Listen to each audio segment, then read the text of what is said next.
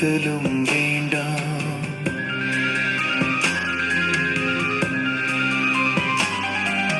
பாவமில்லை என்றால் மட்டும் கல்லெறிய வேண்டும்.